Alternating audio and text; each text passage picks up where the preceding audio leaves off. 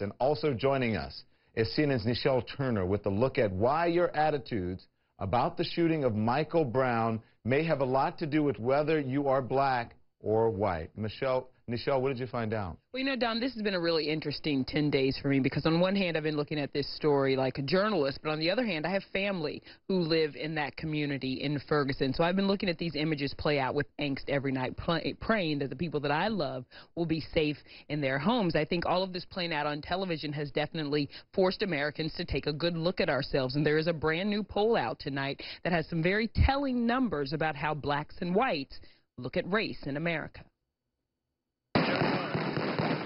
For the past 10 days, America's eyes have been transfixed on these images.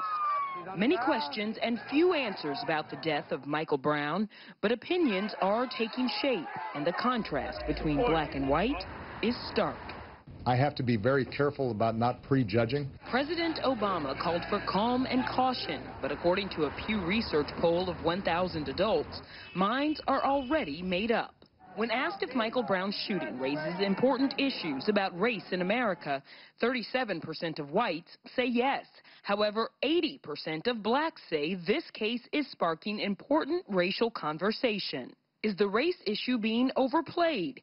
47% of white adults say, you bet. But among African Americans, only 18% of black adults say race is getting more attention here than it deserves.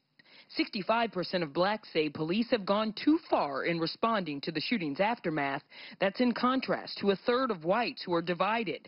33% saying too much, 32% saying the response has been about right. And about the investigation itself into the killing of the unarmed 18-year-old, 52% of whites polled say they have a great deal or fair amount of confidence in the investigation.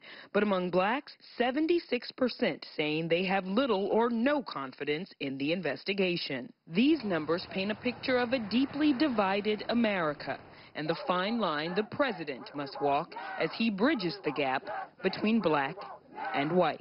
As Americans, we've got to use this moment to seek out our shared humanity that's been laid bare by this moment.